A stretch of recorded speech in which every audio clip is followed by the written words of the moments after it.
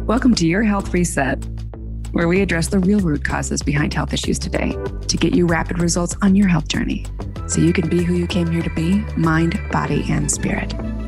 I'm your host, Sinclair Kennally, survivor of complex chronic illness, expert on resolving root causes, and co-founder of Detox Rejuvenation and Meditation RX. Let's get started. Welcome back to another episode of Your Health Reset. I'm your host, Sinclair Kennally, and I am here to help you unpack all the challenges and opportunities that come along with a deep healing process. Whether you're recovering from a chronic illness condition, or if you are simply deeply committed to becoming the best version of yourself, the truest version of yourself, which of course in this day and age requires a little bit of strategy and care in the healing process itself. So this is a question that I'm really excited to start out with because I get asked it so often in our travels, in conferences. Every time I do a summit, we get flooded with this in the inbox. And that is how to choose the right practitioner for you. So I really wanted to start off this season with answering your biggest questions. What do you need to know and understand in order to take charge of your own healing work? Of course, a practitioner is a guide. They can't do the healing work for you. So I really want to unpack this a little bit today. And I'll do this by sharing what I think is most important as you select your practitioner, both as somebody who's been through this process. I was mystery patient X. If you don't know my story, man, I have been through it. And it seemed like the more specialists I went to, the more specialized the practitioner, the less aware they were of who I really was as a human, and the less able they were to observe me as a whole human, whole body system and be aware of all the factors. They were just very focused on one body part or one condition and very myopic about the whole experience. So that's one thing that I really want you to be aware of as you're selecting your practitioner. First of all, what paradigm are you in? I tried the allopathic route. Boy, I really did. I tried the natural healing route. And that comes with its own challenges, right? Because things that used to work, these ancient principles of healing and these natural health tools used to work. And now we actually need an additional layer of strategy in this day and age to deal with this unprecedented time we're living in, right? We live in a day and age of toxins, of EMFs, of nonstop fear propaganda stuff. So you're always wired and stimulated if you allow it to be. So make sure that your practitioner's in the right paradigm for you.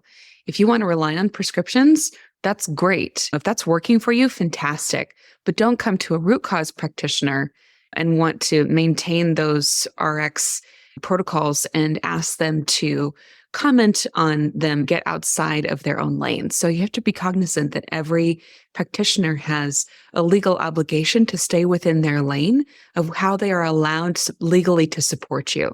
So you can't ask a natural health practitioner, like I'm a traditional naturopath, to comment on your allopathic work. And you really wouldn't expect an allopathic doctor to comment on your root cause medicine work, your natural health approaches, because it's outside their lane. So choose the paradigm that's right for you. Next, I really want you to consider, how are you observing whether or not this practitioner is able to listen to you? You want to choose someone who listens. If you don't feel listened to and respected, it's a hard no. I'm sorry, but you should be able to figure this out in the first session with them. Even if they're having a bad day, practitioners are humans too, right? I know I have a lot of practitioners in our audience. I know you're nodding along. We are not always perfect. And they should still be able to make it very clear to you that they are listening deeply to you and they respect your experience and they're willing to factor that in a major way in their input to you every step along the way. Yes, they're supposed to know more than you. It's a very interesting dynamic because you have all the power to get yourself well. You actually do. And all of the responsibility also to heal yourself, to follow through on the protocols, to make the right decisions for you that are going to support the protocol, to make room for your protocol in your life. But we as practitioners, as the guides, have the broad vision and the broad experience that must be applied to you, right? So we have information that's outside of your awareness, and yet you have all the power and the responsibility, and you also have crucial information about what it feels like to be you at every stage of the healing process that your practitioner must listen to, right? So you got to pick somebody who you can trust to translate your experience. I also want you to pick somebody that treats you like a partner in your own health. There are a lot of ups and downs along the healing journey, right? You've got to have somebody that takes the time to answer your questions respectfully. I don't know about you, but I don't do anything unless I understand why I'm doing it. So some of our clients actually tease me because I almost always start an answer by saying, "Oh, that's a great question." That's part of their like Sinclair impersonation. But it usually is. It's usually a really good question. And you need to work with a practitioner that supports your desire to connect the dots, to understand what's going on in your body, to learn about it, and to understand how the elements of your protocol fit into place and where you're headed next. I also want you to consider that a practitioner needs to be training you as much as they're telling you what to do. Michael and I, we have everybody in our practice. Our rule is you are training the client to be ever more independent. We want you to be absolutely in charge of your healing from this day forth, more and more over time, so that you understand tools, because a lot happens along the way with the body, right? You might get into a really good place and then a lot of life stress happens, or you get exposed to mold when you move, or God forbid something else. And you need to understand how to reach back and pull out the tools from your cabinet and how to get started again on getting some additional support as you need it throughout many of your chapters. So you want somebody who's training you to be ever more a master of your own health. So you know more and more about how to take care of yourself and shape your own destiny, right? We don't want people reliant on us. And I strongly recommend you find a practitioner that feels the same. That's not looking for a customer. They're looking for a success story, and they're a partner in helping you build that. And this next one's controversial. I'm probably going to get some notes about this in the inbox, but I really prefer to see a practitioner who's had their own health crisis. As somebody who's didn't think they were going to make it to seeing 40, didn't think I was going to make it to seeing 30. For that matter, this is a really big point of awareness for me. The more serious your health issue, the more I hope you're seeking out somebody who has a felt experience of their own health issues and having dealt with them and overcome them. Otherwise, no matter how compassionate they are, this is hypothetical for them. They're unable to understand what you're going through and anticipate potential challenges, have the patience and the presence to help you navigate them. And I understand this is a personal bias of mine, right? Because of our own health struggles through the years. And what I remember and what really stands out to me about all those yucky chapters, and there were many, is that the practitioners that helped us the most, even if they only had a part of the picture, were the ones who had their own health journey, their own health issues. The ones who were much quicker to dismiss what we were trying to tell them. Those guys who didn't have a felt sense of what it was like to struggle and need support outside of their own awareness. They were the ones that took a workshop in a weekend and became overnight experts on something and said, okay, I have a new protocol, or I have a new sales rep from a supplement line. Therefore, I now treat X, or therefore I now support this system of the body or this condition. And I'm sorry, but that is usually not enough in today's day and age. So I just want to underscore this: compassion is not the same as empathy. If it's hypothetical and abstract, I'm concerned that you're not going to get the level of care that you deserve. And that's just my 2 cents. I want you to have a practitioner that understands what you've gone through, maybe not your specific condition, your specific symptoms, but has that felt sense so that they will listen more deeply, value your experience, and be better problem solvers. So please ask, when you're interviewing a practitioner, or when you're sitting down with them for the first time, or when you're researching them online and you're binging all of their content, listen for what their version of their health story is, right? Are they through it yet? Or are they still in the weeds? If they can't heal themselves, that's another concern, right? If they're still struggling all these years later. And there's a lot of those out there. So we want to see you be working with somebody who's more equipped to personalize your care, because this is not abstract, and that they're really applying not just their own lived experience to their practice, but they're really listening to you at an entirely different level because they have been through something similar.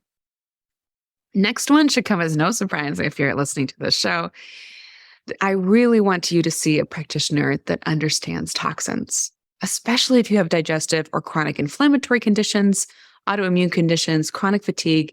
To me, this is just a non-negotiable in today's environment. And They don't have to be experts like we are, but they need to understand how toxins are showing up as factors in your health. And that's more than lip service. Okay. Like, for example, we have a client whose cardiologist told him that EMFs could be affecting his heart health. And I'm really glad that she had that awareness to mention it in passing to him. But when he asked, okay, doc, what should I do about those EMFs if that is a part of my heart health picture? She didn't know what to share with him. And of course, she was absolutely right. EMFs can have a major impact on your cardiovascular health. And at least she knew enough to say that, but she didn't know what to do about it or refer him to the proper resources. And that's what I mean by don't settle for people giving lip service to toxins. At least she was new enough to keep up with the emerging science to like, yes, this is a factor.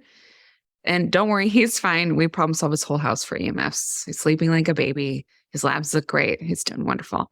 But that's what it takes in this day and age. It takes a little bit of problem solving. So you want someone who's willing to get in the weeds with you and help you not just, oh yeah, toxins are a factor. Don't use plastic in the kitchen anymore.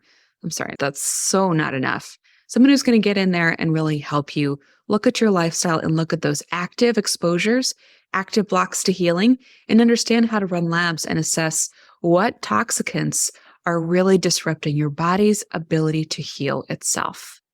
That's what we mean by detox. Detox is not a cleanse in a weekend. It's not some shitty detox tea. It's not a hypey fad. We think about detox as the art and science of regenerative healing, regenerative medicine. So you're removing blocks to healing so that the body can heal itself once more. So that leads me to my next one. Are they focused on root cause medicine? Are they willing to look far enough upstream in your health picture, in your health journey, your health history, to see all the factors at play? Or are they spending a lot of your time and money rearranging gravel downstream, playing around with symptoms? Oh, let's suppress the symptom. Oh, let's suppress the symptom. Do they know how to go all the way upstream and assess your root causes? Because it's not just about toxicants, is it? We look for 12 major buckets of root causes previously in your health exposure, health history, and also how are they currently affecting you. And you got to have someone who's root cause literate. If you're in this paradigm, if you're in a different paradigm, great, go listen to a different show. I cannot help you. Okay, and they also need to be able to understand why they're doing something at this stage of your health journey and what the stages of healing look like ahead of you. This is probably for our active clients, the number one question I get asked in a session is, hey, where am I at? Help me understand. This is how I'm feeling today. This is the progress I've noticed. These are my struggles and my challenges right now.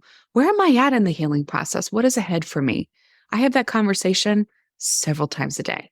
And if someone's not willing to have that with you, you're missing out because that's a part of what they should be doing for you, right? It's helping to fill in that picture that you can't see yet. Celebrating your wins with you because they may not look like wins to you. You're usually the last to know what wins look like, right? Because you're stuck with yourself 24/7. But someone who's seeing you regularly and can reflect back to you, hey, given your root cause issues, given your exposures, given your symptoms, this is fantastic progress. Here's what I see, right? Here's where we're going next. Okay, so we also want to look at the tools that they use, right? We have better and better access to a wider and wider range of tools as health practitioners today. So you want someone who's super choosy and who's willing to do the research.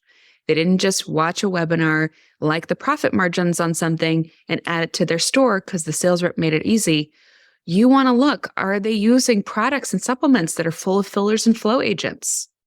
Not good. If they use synthetic supplements, why are they doing that? How can they justify that? Because all I could say is there's better options out there for you, and it's probably time to raise your standards. Fillers and flow agents can be irritating to the gut, especially for sensitive people with compromised digestion. So it's just something to be aware of. It doesn't mean that all white labeled products are bad if they put their face on the bottle or something. The doctor put their face on the bottle. That's fine if that's important to them. Just look at the recipes, look at the ingredient list, look at the scope of the tools they have in their toolbox. Because if all they have is a hammer, everything's going to look like a nail, right? So we want to have a wide range of tools. Michael and I, our approach is we consider supplements about 25% of the protocol max. An essential layer that really can't be skipped, unfortunately. I hate pills, so I wish that wasn't the case. But you need to be looking at the other layers of tools they have in their toolbox. What other therapies are they recommending? What other tools and processes can you do? What else do they have in their toolkit? And are they using tools that are really high quality, really cleanly sourced? And are they paying attention to that shifting marketplace? Because really good little companies get acquired all the time, and suddenly formulas change and they're not so potent anymore. They're not so clean anymore. You start getting reactions. We see clinical benefits go down. Unfortunately, it's a long list, right? There's a lot of expectations on a practitioner today, and they got to be excited about showing up to do that work. So that's what I want you listening for between the lines, right? As you sit down and talk with a practitioner. And I think my last thought that I want to leave you with is all of these things are crucial, right? And are they able to be present with you? That's really what it comes down to. Do they have the right tools? Do they have a wide enough range of tools that they can apply to you? And can they actually be fully present with you in the moment? Or are you just patient number X for the day? Their ability to be present with you makes all the difference in the world, because that's where the healing happens. So you get what you tolerate, right? If you're tolerating less than excellent care, it's probably time to look for someone who fits you better. And it's also time to examine how much you're participating in the healing process. Because yes, your practitioner is your guide, and that navigation is essential, and you're in the driver's seat. So you want someone who's empowering you, and you want to be ready to do the work of embracing being the driver's seat, because you're the one that's going to heal yourself. So those are some thoughts for one of our top asked questions. Stick around, because we're going to be diving into root cause medicine throughout this entire season and some of the top questions and issues, what it really takes to heal yourself in this day and age. I'm so excited we're back, and we'll see you so soon. Thanks for listening. Go to detoxrejuvenation.com to find the links in the show notes to everything we covered in this episode. Please subscribe, review, and share with other humans who need this precious information. Let's help each other. Until next time, love, Sinclair.